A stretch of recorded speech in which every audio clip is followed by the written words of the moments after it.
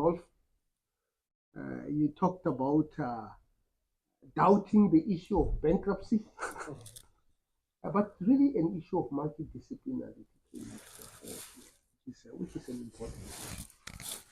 And then we heard about generosity from Sogol. Did I miss anyone? But these are important concepts. My cousin. And your cousin, another Professor Mdani. But one, I would like to explore a dimension that I did not hear. The dimension of values. What are the values that drive you? Hard one to answer, but before everything, let me first thank KTH Water Center, City of Stockholm, the Stockholm Water Foundation, those who brought us here, those who gave me the award, everybody. I have thanked them many times, but I think it's not enough. Royal Swedish Academy of Sciences, and the Majesties as the patron of the award, and all of you. I think it's extremely important to do so, and all the people who did all the coordination and are very silent and are the people behind the scenes that you might not notice, but they're the ones who made it all possible. So thank you so much for everything. Thank you. And then the great colleagues, of course. And I didn't mention it last night. I know the media is here, but if also, I mentioned a lot of people who had influence and everything, but I should also mention that if the rector had not allowed me to accept the award, I was not even allowed by the legal system of the UN, who was making a mess around this award, to accept the award. So it's always good to have good people around you, to people who understand both sides of the world. I would say science and policy, and you're one of those. So thank you. And then the people who were very generous just minutes ago on the chairs here talking about those things. You're very kind and generous, and thank you. It's an honor and my luck to have you as friends and family and the people around me. And I think we should not forget. I definitely don't forget your contributions, your help, and your support. I know I am I'm tough to work with and annoying, as Rolf said, and I have high expectations, and I make life maybe tough for you or miserable. But at the end, we celebrate success together. So apologies for all those bad moments also, and high expectations. So it's just amazing to do things together. But Rector, I don't know, I don't set values to fight for, but I think it's the way I grew up. I've learned from the mother who always was giving to others, making sacrifices and fighting. A woman in Iran, it's not easy to live in that country for women. Fighting, staying there, raising a child, also trying to be successful at work. I've learned all these things. Be kind to people, give where it takes, but don't be too easy even on your child that you love a lot, and then fight for the truth. Fight against corruption and the wrong stuff, and be willing to pay the cost of that. I think, again, a lot of things are taken for granted, and one thing we have under you at UNU is the freedom to use science to tell the truth. We're not afraid of disrupting the narrative, the common narrative, whether it's about AI or critical minerals or water bankruptcy. We use science to tell the truth, not thinking that saying this would offend this person or that person, and we should not say it. And it has worked well, again, with all these people around us. We have been successful in disrupting the narrative. The Secretary General launched an initiative. Hatif, your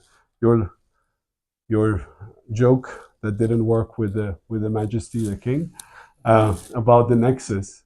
I know it didn't work, but the Secretary General just 2 months ago, yeah, in Geneva, he launched a new initiative calling all the AI companies to disclose their water footprint, carbon footprint, and land footprint based on a report that we did recently. And for years, I have graduate students and talked about those footprints. And even our colleagues across the UN system were so excited that he talked about land and water. And it became possible through a report and persistence and not being afraid of talking about the truth and calling for people's attention to some stuff that might not seem so obvious. And the same last month, he talked about the water bankruptcy in his speech during the high-level political forum. So these are becoming possible through those self-made deadlines. You didn't give me a deadline. Our sponsors and donors didn't give us a deadline to release a report on day X of this year. We are creating all these deadlines for ourselves, and we are fighting against those. And it's somehow working until they're not working, because I lost my job also in Iran for the same things. Rolf, if you're skeptical of water bankruptcy, we have a job for you in the Revolutionary Guards of Iran. They also accused me of creating that concept and claiming that Iran was water bankrupt because they thought I wanted to stop development in that country, and they called me a traitor. But anyway, I think those challenges and those criticisms also have helped me improve the framing and formulation of the concept. But yeah, I would like to, because we live at a time when many of the values that we hold dear are being challenged. I talk about the issue where when we launched AI for sustainability, quite significant companies were afraid because of the negative political backlash when you mention the word of sustainability. I guess I'm saying, especially in front of the leaders, how do you stay grounded when the political pressures are immense?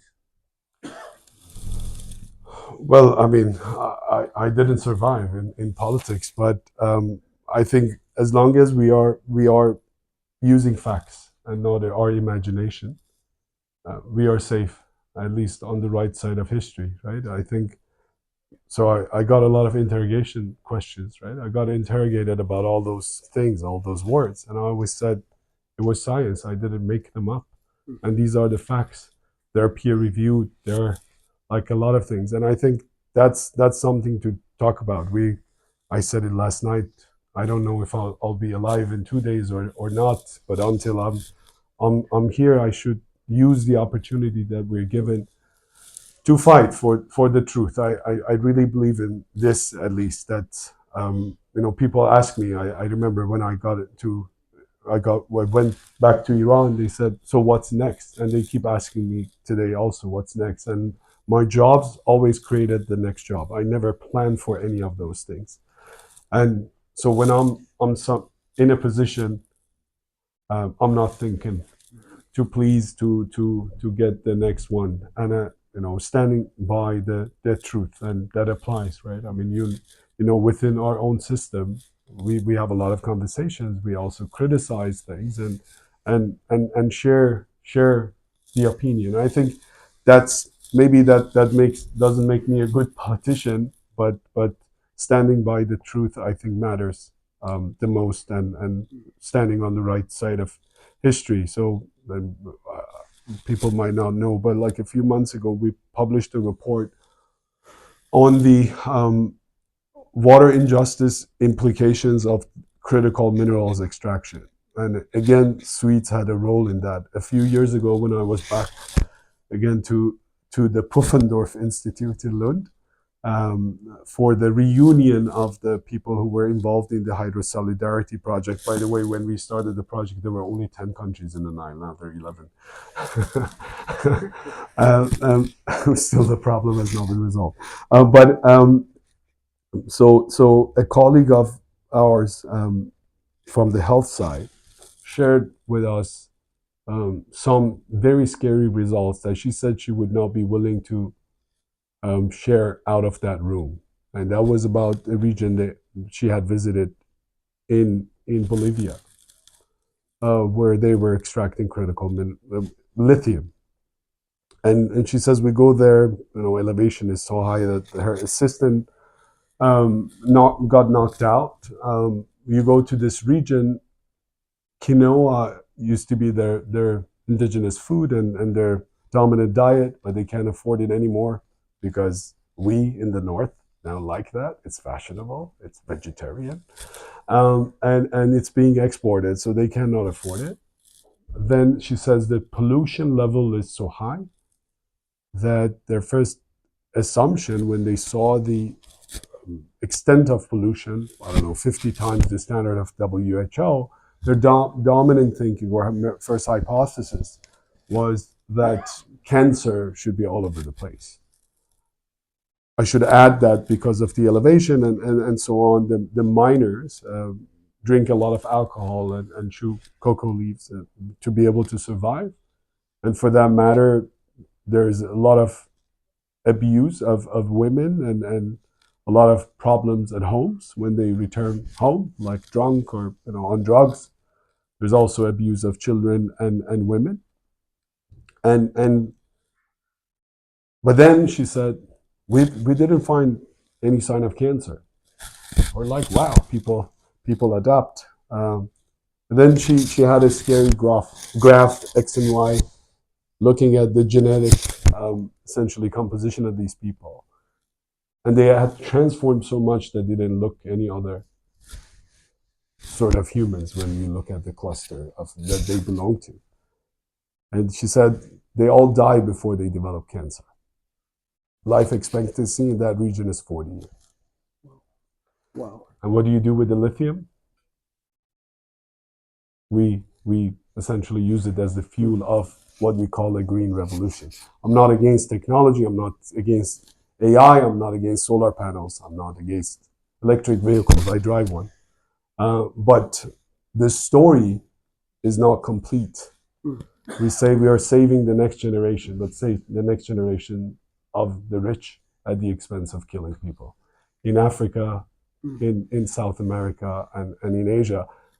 So I think we should speak about this, not because we are against technology, but if something is wrong, we can speak about it, we can highlight it, we can call for action. And that's what we did in the report. Of course, wasn't the most popular thing to pick up by the media, because you're talking about something that the media has invested a lot in promoting. The story is the same as other sorts of mining. That's something I heard.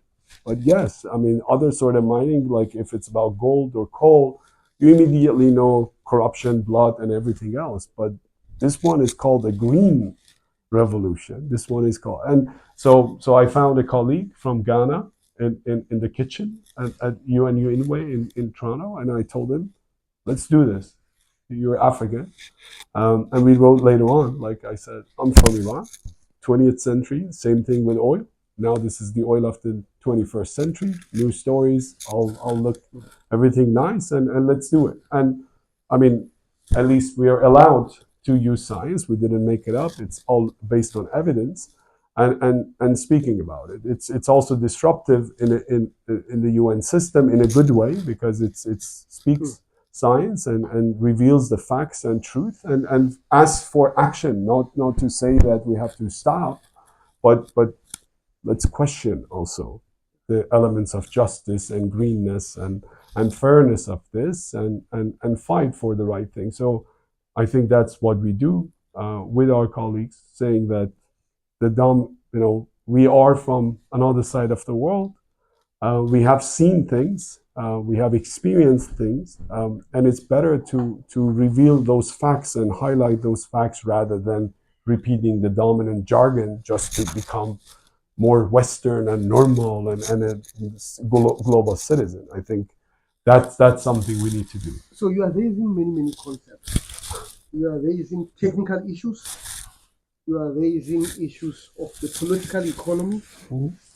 You are raising issues of natural resources. You come from a continent that is a very rich continent with many poor people, simply because the economic model simply does not work. And this goes to the heart of multidisciplinarity. I think Ross will talk about it. What would you advise to somebody who is studying mechanical engineering, which is very specialized, to be able to have a multidisciplinary outlook? I mean, this is a personal opinion. It might be wrong. I like interdisciplinarity and multidisciplinary approaches, but I always at least advise my students that if you want to be taken seriously, you have to be affiliated with one field and one group. You have to be deep in something. When I started, and I think Jaylon also had this issue, that when we talk about management and all those things, people immediately think you're not good in differential equations. You cannot do hydraulics. You cannot do do good fluid dynamics, or so if you want to be taken seriously, you have to first prove to those people you're as good, but then you are thinking about something else that they're not thinking about, right? So I sounded like the communist in the engineering department talking about people when I started my job in the Department of Water, Civil, Environmental, and Construction Engineering. Then I went to Faculty of Natural Sciences at Imperial, and after politics, actually at Yale, I was also affiliated with the Department of Political Science. So I've gone through those, social sciences, natural sciences, and engineering. I had affiliation, but I still identify as an engineer. I think it is important, and we see this, like in recruitment, sometimes working with people that they're very good on paper. They're very interdisciplinary. I think too bad that now we can publish anything in science, like almost anything you write can get published. You get the first rejection from the first 10 journals, and the 11th journal would publish it, because eventually you make the reviewers tired, and you get it published, and that's a big danger, I think, to science. And interdisciplinarity, if it results in becoming more and more shallow, is very counterproductive. And I really think that we have to get deep into one discipline. If we don't like the one we have chosen, there are others. But I think that's extremely important. And of course, education system should. But there is a genuine issue that the lack of understanding of broader issues does result with important blind spots. Because I mean, how many people know that if we were to close the Democratic Republic of Congo, we wouldn't be able to get our Apple devices? This is quite a significant issue. So how do you balance breadth versus depth? I mean, I don't claim it. I'm doing that, but I'm trying, right? I'm trying my best in different positions. When I serve as an editor, if I see you have done like your paper is doing a lot of modeling and mathematical games, and at the end, all you have concluded is that water should be managed better, I would reject the paper without even sending it out for a review, because that's an obvious, why did you even do this exercise? So I think we have to provide new insights, and then we have to do a better job in framing the problem. I also see a big threat that now we want to do comment on everything. So in the field of water resources, we certainly see this. Again, every paper concludes with water should be managed better, and we already know that. And then a lot of engineers now think that speaking about humans is a good thing. It's fashionable, so they have to comment on policy, and then they just repeat the obvious, and it's not useful. That's not useful, because then you're deviating from the field. The contributions to the main field become minimal, and we just like repeat stuff that don't make a huge difference, and then having a very reductionist approach to the world, not understanding how the world functions. But tell me how many of us knew that we would have COVID-19, we would have the invasion of Ukraine, we would have the election in the United States, and the wars, and the tariff wars, and then I don't know, the bombing of Iran, and the closure of the Strait of Hormuz, and anything. And then we didn't have this insight just a few years ago, but we feel very comfortable about talking about the end of the century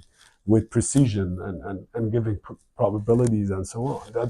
That's a reflection of our, I think, ignorance and arrogance, maybe, about not being able to say that we don't know, and we have to.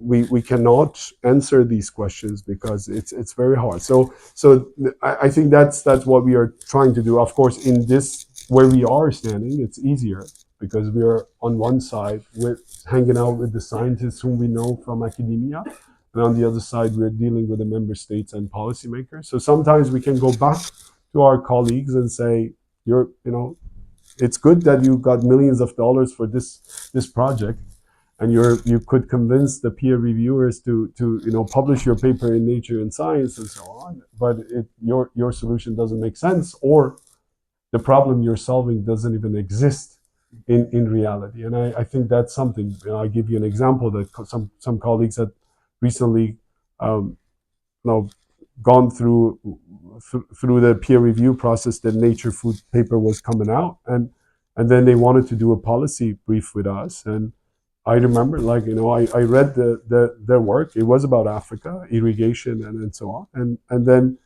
I immediately asked very simple question. So what is your recommendation? Are you claiming that we should not invest in irrigation because it's not contributing to, for example, children's health or nutrition and so on?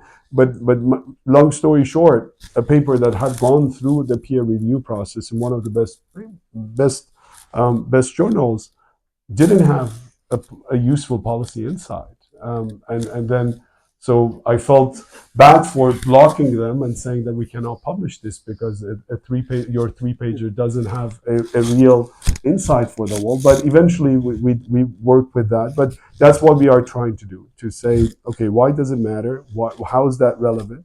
How, Nima knows, we are debating things now, talking about conflicts, evaporation, and so on, and talking about it's easy to attribute a conflict to a water problem. Right? Some people, even in the latest things in Iran, said, "Oh, it was a water issue." It wasn't a water issue. People didn't talk about water. There were other things, but you can find a mathematical correlation and convince people that this is, and then get that in the Guardian featured that the Iran incident and the killings of people were related to water bankruptcy. I hate that. I think it's horrible that we climatize, we environmentalize some of the real things about humans. And I think we have to fight against that. I have two more questions, but I don't want to be greedy. So I would like to just open the floor for one or two questions or three questions, and then I will have the last question on incentives that we put on academics and the impact of that, the harm that it can potentially do. Are there any questions that I can see it in your eyes that you would like to ask questions? Please, please, anybody would like to start? Someone back there. I see somebody back there. Yeah. Grab a microphone, I think. As a kind of cynical environmental lawyer, I know why governments and river commission bodies aren't making the hard cuts and limits and allocations that they should be to prepare. So I was curious, though, if there's any positive government or river commission body that is actually taking some tangible steps to put those hard limits in place that I and others don't know about? I mean, I'm sure there are many, but Jaylon, do you agree with me that California, after the drought, implemented some reforms that were impossible to implement before when we? It took us 100 years to do that. Yeah, yeah. It took us 100 years to go from adding governance to surface water to adding governance to groundwater. Oh. So it took up, but after 100 years, it becomes bankrupt. That you make some changes. And something very important there is that the political cost of reform drops after big extreme events.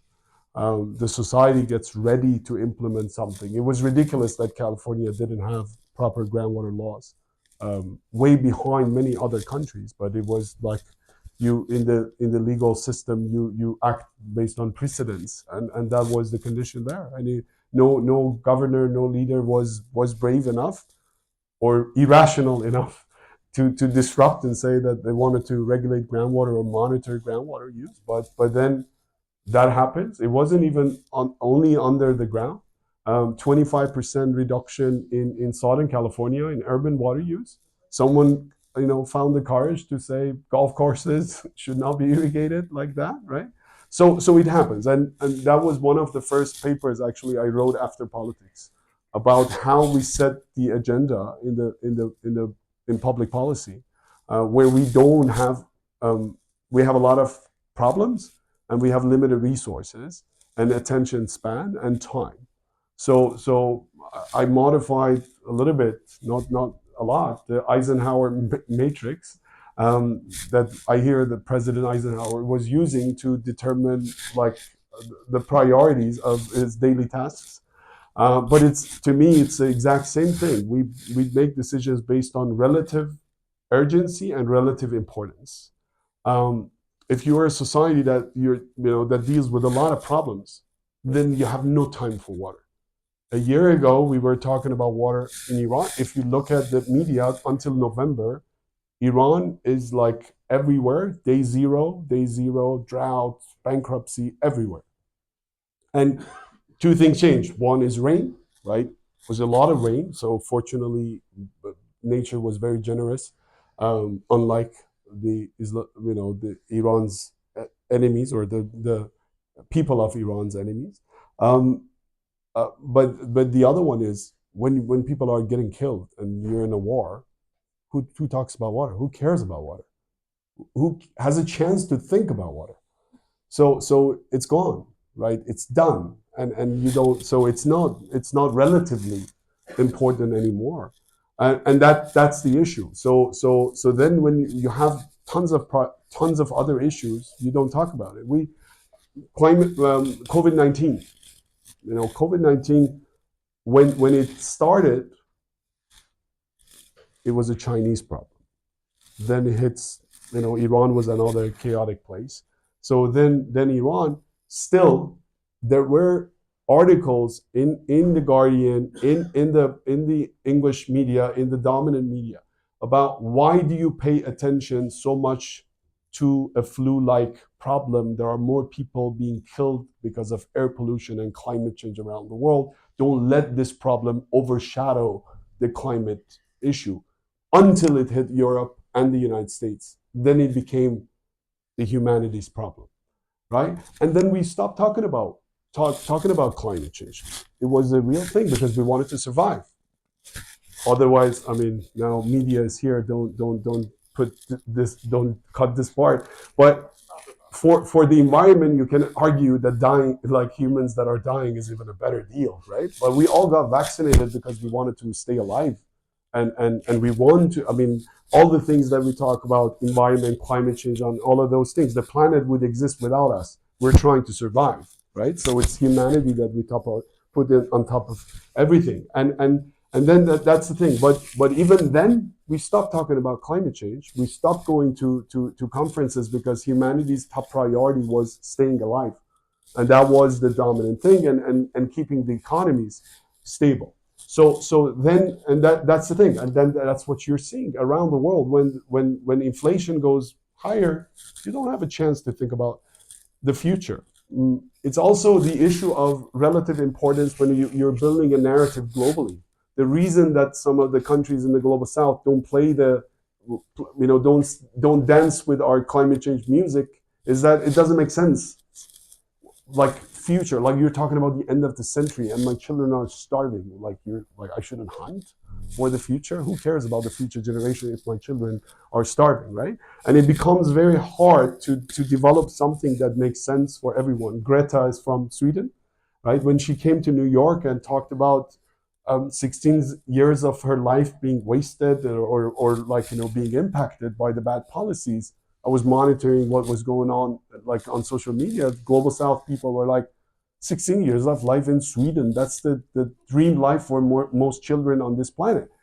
Nothing wrong with Greta's narrative, but it didn't connect well to the rest of the world because our relative importance and urgency, the matters that we deal with are very different. So water is a future issue, unfortunately, until there is a crisis that opens a window for action because the society gets sensitive. Unfortunately, we have cycles, flood, drought, and people immediately forget. And that's why we have not been able to make water a mainstream issue. Plus, no one likes to cut back, right? Why would you? Like politically, there's no incentive for anyone to cut your use. It's a very understandable fact as a game theorist. You understand that rationality there. So then we rely, unfortunately, on these crises that don't break us completely, but give us a chance to make reforms. I think you raised your hand here. Yeah, she has the mic. Oh, you have the question. You are the third. Yes. Yes. Okay. So I work at Thinking Innovation. So we help researchers to go from idea to commercialization. And I'm a little bit positive about the future because I think innovation will help us solve. I am too. So if you could, in a perfect world, or if you could decide, what would you see are the innovations that you are missing today, that you want people, I know we have a lot of talented people in front of us, that they focus on, that would give a big effect? Sorry, I'm not a fortune teller and I don't have the vision that my colleagues claim. So I don't know what is really missing. But I'm positive about the future, just like you. That's why I survive and don't commit suicide. And I encourage people to see the facts, but also take action. I think innovations would be there and they would help us, and that's what makes us, I think, hopeful, because humanity has survived a lot of different crises. Some didn't survive, right? We have had civilizations that went down, and that would happen. But humanity, like humans, I think would survive beyond the 2100. And then innovations would come and go. I don't think like a few years ago we could even predict the state of affairs today. And I really think I don't know what's going to happen in a few years. There would be other very good surprises. But my job is to also remind people that we should learn from history. That innovation on itself and technological solutions on themselves would not be sufficient to solve all of our problems. We heard about complexity. Complexity is about uncertainty, but is about interrelated or interdependence, non-stationarity, changing dynamics, evolutionary behavior. And lots of uncertainty and so on. And in that world, innovation is needed, is a must. Technology is a must. We have to invest in it. But it's delusional to think that a complex problem can be solved only through technology. That's why that's why I think something we can learn from the medical world is that in medicine, if you have a solution, you don't go just put it in the market. You have to do a lot of studies, and then even at the end, when you get all the approvals, what you get into the market comes with a long list of side effects and unintended consequences, right? We don't do that in the tech world. We just launch it and then say, hey, wait, conserve, don't do this, don't do that. These are the consequences. So responsible innovation is what we want, not thinking that AI is our enemy or is our best friend. Sorry for stepping into your field, but yeah. Let's get that gentleman is really wanting to ask a good question. I hope it's it's an easy one. Recent graduate here at Industrial and Environmental Engineering. My name is Victor. So my question is, here in Sweden, it feels like we have a kind of false vision of environment, let's say. Here in Sweden, we do think a lot about environment compared to, let's say, other countries. So we do think a lot, and it feels that the rest of the world also think like this. So, but my question is, at what point kind of your history or of your career you realize that we are moving to the right way? So we talked a little bit about the vision. So at what point we really started to care about the environment enough to do some real decisions that would impact our world for like a better way? I don't think you have a false vision of the world. We all have incomplete visions, and your vision, like any other nation, is shaped by the information you receive, the stage of development you're in, the quality of life you're in, and so you're lucky to be able to think about the environment. That's a privilege. Don't take it for granted, and that opportunity that you have to think about the environment is impacting the world, right? We just mentioned Greta.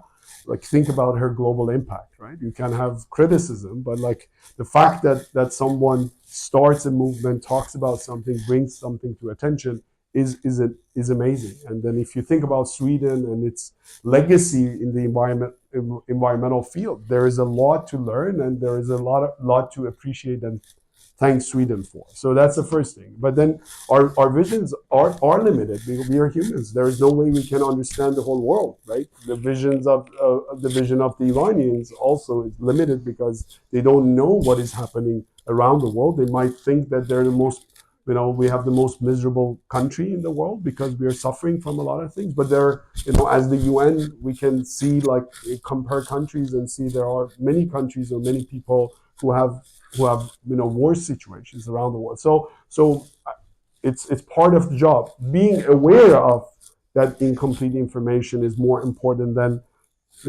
trying to understand the whole world. There is no way we can understand the whole world. So, and the other thing is the process is gradual. It's a marathon. There is no way we can solve these problems.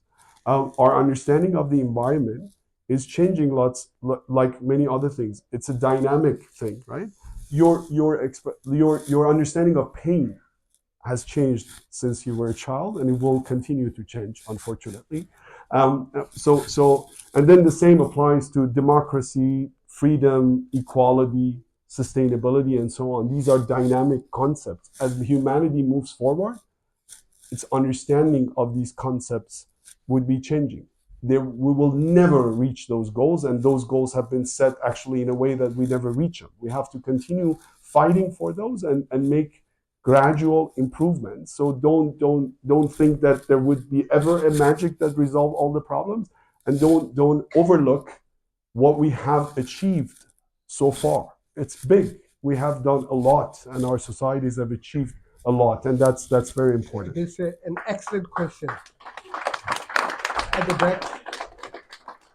Yeah, I'm Helen Sundberg. I'm from Cape Verde, but I do my PhD here in Sweden. I'm in my last year.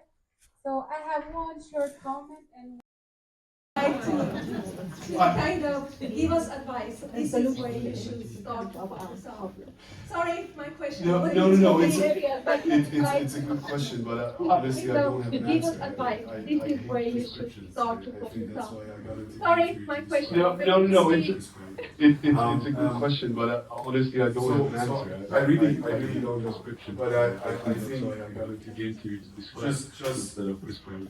Understanding that we can never solve. So I really don't know problem, but I think step. Right? Just in a complex world, problems. Understanding that we can never solve. You solve one problem and end the problem is the first. Sure. That's right. So we are in a complex world. Problems can change. If you understand one problem and another one more created, then you would not claim that your boundaries of operation and if you understand this principle, you would be more humble. Then you would not claim that your boundaries of operation and impact is the whole planet and the whole history. Then you define a problem that is solved. I think that's something that we need to work on better problem formulation, setting realistic objectives about what we want to achieve, and then being more humble about what you mentioned, delivering. I think that would be my principles, but it's not the 2080 thing. And yes, I mean the thing about what you mentioned, that you take things for granted until the problem knocks on your door. I think that's something to understand. Again, let's use the COVID-19 example. I remember I wrote something with the former head of Green Party in Norway later about what minister it's easy to talk to, but it's hard to implement. And when the international development, and then later on the head of about it's easy to talk to, but it's hard to implement. So the thing is, when the COVID-19 had got to this side of the planet, saying at least like trying to learn from the Chinese and see what they have accomplished. So the thing is, sometimes we think that we can solve those problems until they come to our society. And I think the United States is a good example of those things happening. People that were premature, those things would knock on their door. So never take things for granted. Never deal with that sort of a new sort of problems that in the 21st century. So never take things for granted. Never forget that those things can develop also a better society and get what you have. Remind them that those things can be real and can happen in your society as well, and develop also a better understanding of what you have, and then you take for granted and what risks are there, and then why people from different disciplines or groups or different groups of society might not connect to those problems. My name is not from Australia, essentially. We focus on Professor Madani, for everything you have made. My name is Grace, from Australia, essentially. We focus on research and development for particularly target 6.1 of the UN SDGs, so it's access to safe and affordable water for all. And the research and development results we have, and we teach them in high schools, and we combine them with the WHO and UNICEF data for safe drinking water. My question to you is, what do you think would be great to teach in early stage from D7 to D12, so that in the next generation humanity can achieve targets? Seriously, I don't know, but I don't have prescriptions for all the wrong person to answer these questions. But something I see about the youth I don't know, but I don't have children. I'm probably the wrong person to answer. Like we're creating a lot of stress. Something I see about the youth and their life and their education and what is happening, expecting them the to young early people become adults and deal with the. like we're creating a lot of stress I for think them, that's not fair. and we are It's making their life really miserable. Hopefully Expecting them too early to become adults and deal with But if I'm the not, I really hope. I think that's not fair. Change. And it's very counterproductive. I might be wrong. Hopefully I'm wrong if this is already because it's already happening. But if I'm not, I really hope that would change. Like bombarding them with hopelessness the and doomsday a lot of scenario other issues issues would not help. I think Creating anxiety creates hopelessness and a lot of other issues that we have to deal with. I think reminding people about what they have is very important. Use the example of Iran. A lot of Iranians were worried about the infrastructure they have in the country. Once they were getting to the Middle East, we have this sad. We were society not to know buildings in the region. Oh wow, we have a bridge that was the biggest where they stand in the Middle East, and it's sad for a society not to know what they have and understand where they stand compared to the rest of the region.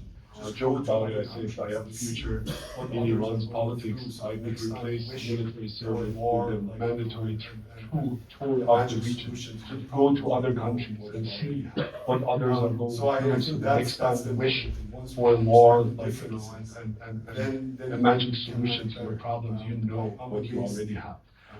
So I think that's the important thing. Once we understand the differences, then we even more bankruptcy. I'm against creating like I know water bankruptcy doesn't sound like that, but even water bankruptcy, when you read it, it's about an opportunity to take action. It's about like preventing further damages to do better and better. But of course, admitting to a mistake but not seeing this end of the world. This is that's not the journey.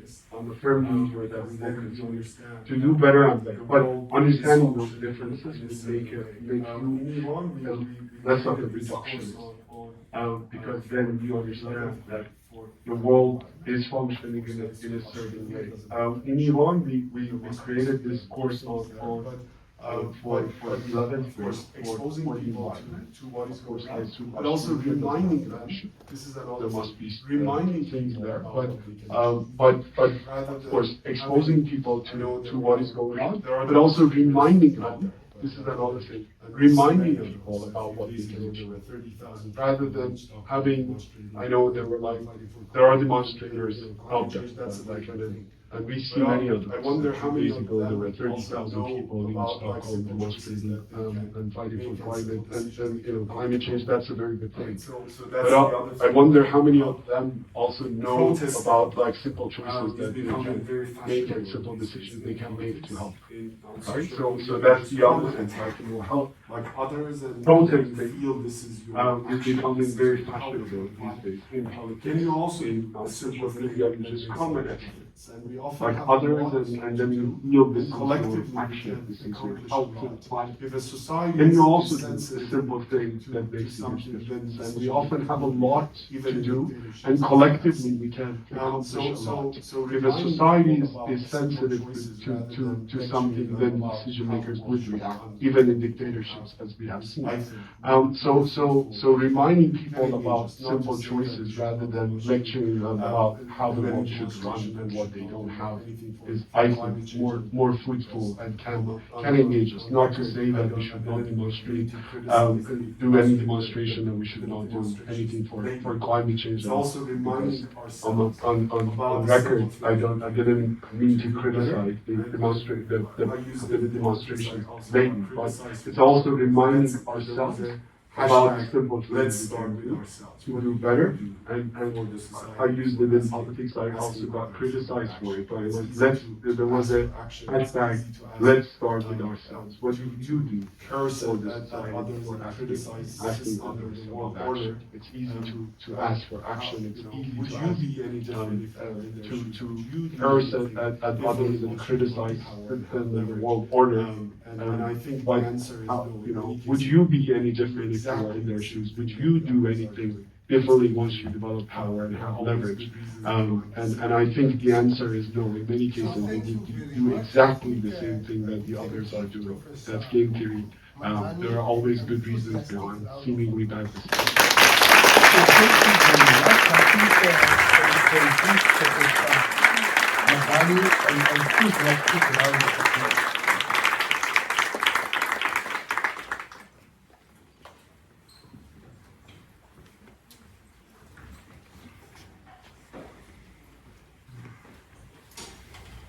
Thank you very much, Professor Mardani, and thank you to everybody who has just participated here today. Thank you very much. You have talked, and thank you to everybody. I've heard you talk about your lucky here today. A lucky person. You're a lucky person.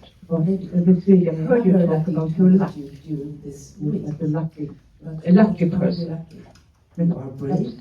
You're a lucky person. You're very dedicated to this discipline. Broad-minded, convincing, fact-based. You are brave, you are ambitious, you're dedicated, broad-minded, convincing, fact-based. Being here this week to honest and go far for different events. It's been fabulous. Thank you.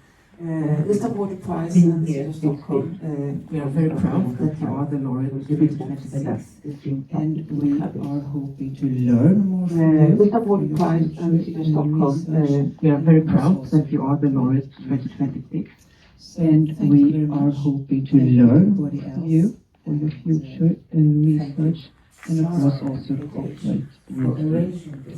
So thank you very much. Thank you everybody else. And thank you, for arranging this. Great to have with I don't know, we never know if we'll know, but Tara and I were classmates 21 years ago in Lund. So it's always great to have good friends, and you never know what happens. I don't think any of us. Thank you so much. Thank you.